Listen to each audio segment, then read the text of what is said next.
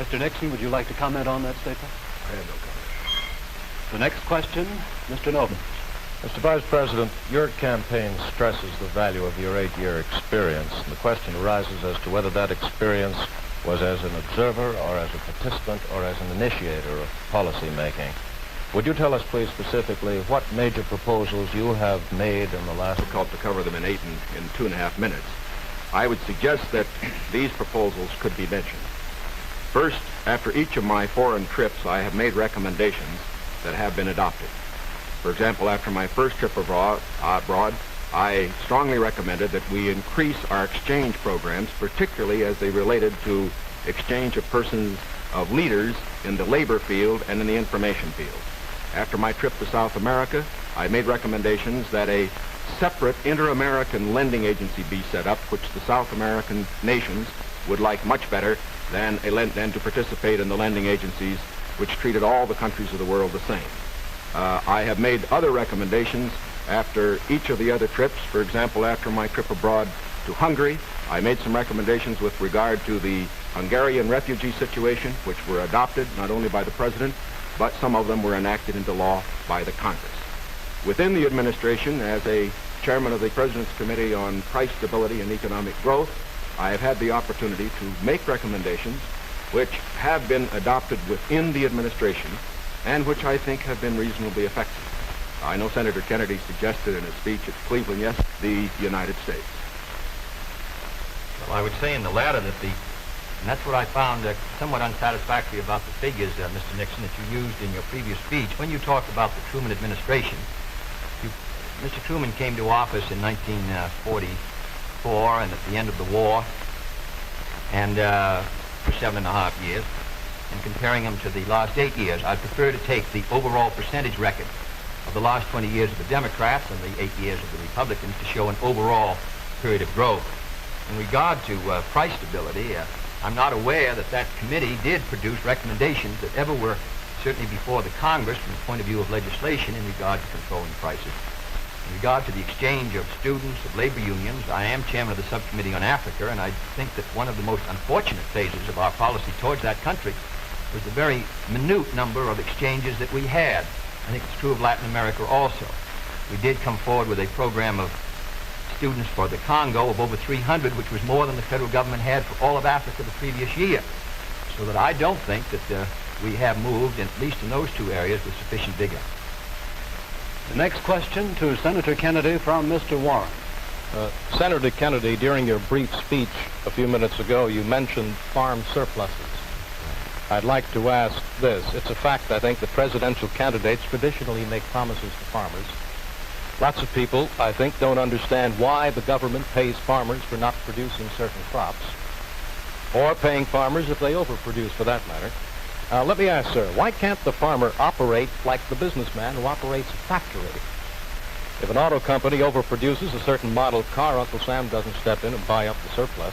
Why this constant courting of the farmer? Well, because I think that if the federal government moved out of the program and withdrew its support, then I think you would have complete economic chaos.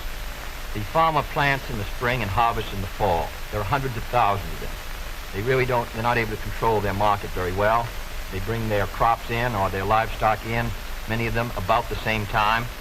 They have only a few purchasers that buy their milk or their hogs, a few large companies in many cases, and therefore the farmer is not in a position to bargain very effectively in the marketplace.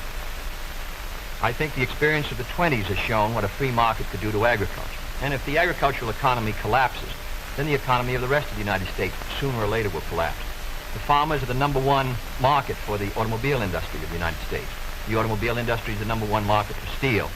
So if the farmer's economy continues to decline as sharply as it has in recent years, then I think you would have a recession in the rest of the country. So I think the case for the government intervention is a good one. Secondly, my objection to present farm policy is that there are no effective controls to bring supply and demand into better balance. The dropping of the support price in order to limit production does not work.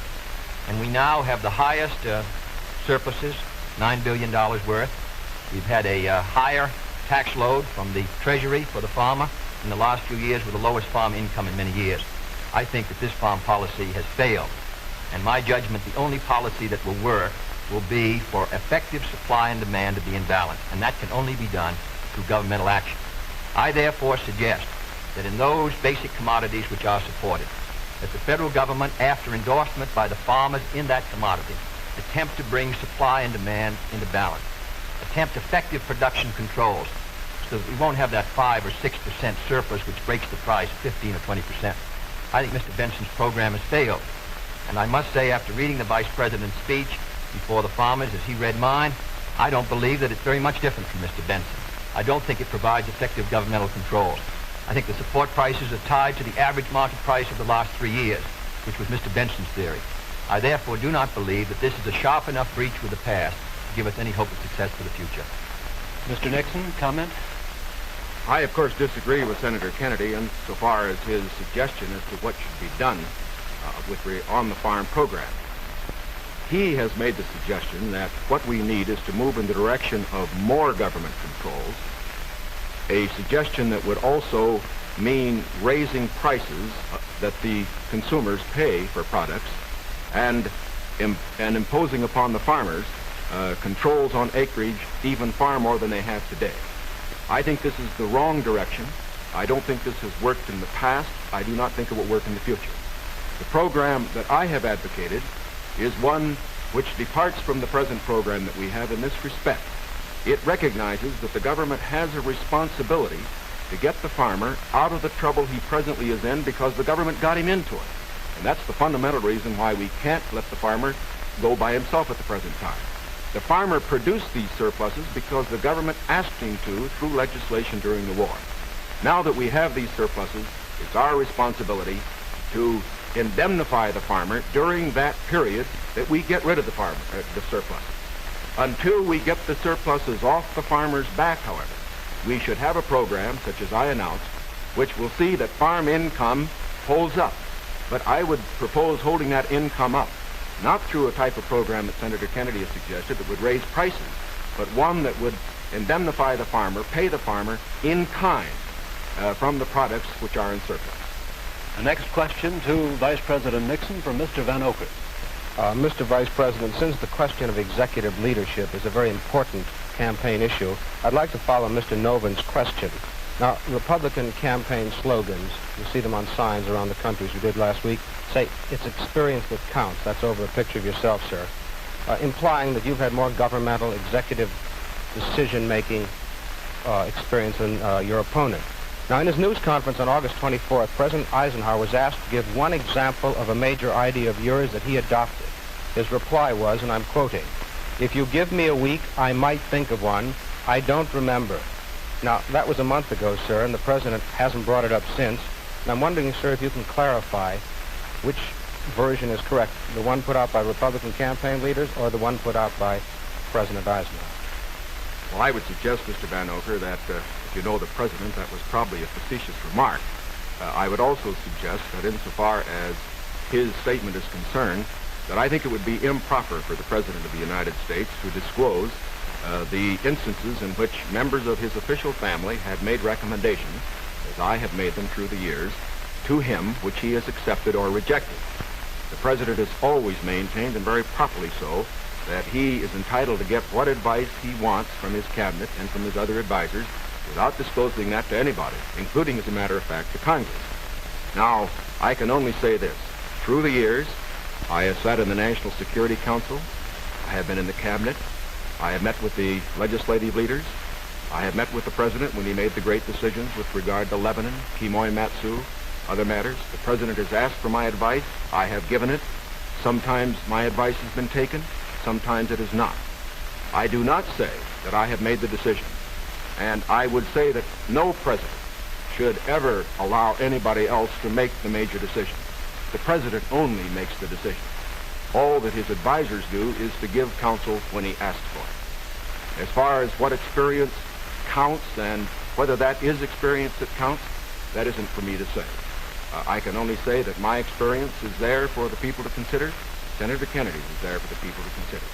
As he pointed out, we came to the Congress in the same year, now have the opportunity to evaluate his as against mine, and I think both he and I are going to abide by whatever the people decide. Senator Kennedy? Well, I'll just say that the question is of experience, and the question also is what our judgment is of the future, and what our goals are for the United States, and what ability we have to implement those goals. Abraham Lincoln came to the presidency in 1860 after a rather little-known session in the House of Representatives, and after being defeated for the Senate in 58 and was a distinguished president. There is no certain road to the presidency. There are no guarantees that if you take one road or another that you will be a successful president. I have been in the Congress for 14 years. I have voted in the last 8 years, and the Vice President was presiding over the Senate, which candidate and which party to meet the problems that the United States is going to face in the 60s. The next question to Senator Kennedy from Mr. Novus. Senator Kennedy, in connection with these problems of the future that you speak of and the program that you enunciated earlier in your direct talk, you call for expanding some of the welfare programs for schools, for teacher salaries, medical care, and so forth, but you also call for reducing the federal debt. And I'm wondering how you, if you're president in January, would go about paying the bill for all this. Does this mean that I did not advocate reducing the federal debt because I don't believe that you're going to be able to reduce the federal debt very much in 1961, 2, or 3. I think you have heavy obligations which affect our security, which we're going to have to meet. And therefore, I've never suggested we should be able to retire the debt substantially or even at all in 1961 or 2. Senator, I believe in one of your speeches you suggested that reducing the interest rate would help toward... No, not reducing. However, the kind of programs that I talk about, in my judgment, are fiscally sound. Medical care for the aged, I would put under Social Security. The Vice President and I disagree on this. The program, the Javits-Nixon or the Nixon-Javits program, would have cost, if fully used, $600 million by the government per year and $600 million by the state. The program which I advocated, which failed by 5 votes in the United States Senate, would have put medical care for the aged in Social Security and would have been paid for through the Social Security system and the Social Security tax. Secondly, I support federal aid to education and federal aid for teachers' salaries. I think that's a good investment. I think we're going to have to do it. And I think to heap the burden further on the property tax, which is already strained in many of our communities, will ensure, in my opinion, that many of our children will not be adequately educated and many of our teachers not adequately compensated. There is no greater return to an economy or to a society than an educational system second to none. On the question of the development of natural resources, I would pay as you go, in the sense that they would be balanced and the power revenues would bring back sufficient money to finance the projects, in the same way as the Tennessee. Before us all, it faces all Republicans and all Democrats, is, can freedom in the next generation conquer, or are the communists going to be successful? That's the great issue. And if we meet our responsibilities, I think freedom will conquer. If we fail to move ahead, if we fail to develop sufficient military and economic and social strength here in this country, then I think that the tide could begin to run against us. And I don't want historians 10 years from now to say, these were the years when the tide ran out for the United States. I want them to say, these were the years when the tide came in. These were the years when the United States started to move again. That's the question before the American people, and only you can decide what you want this country to be, what you want to do with the future. I think we're ready to move, and it is to that great task, if we're successful, that we will address ourselves. Thank you very much, gentlemen. This hour has gone by all too quickly. Thank you very much for permitting us to present the next President of the United States on this unique program. I've been asked by the candidates to thank the American networks and the affiliated stations for providing time and facilities for this joint appearance. Other debates in this series will be announced later and will be on different subjects. This is Howard K. Smith. Good night from Chicago.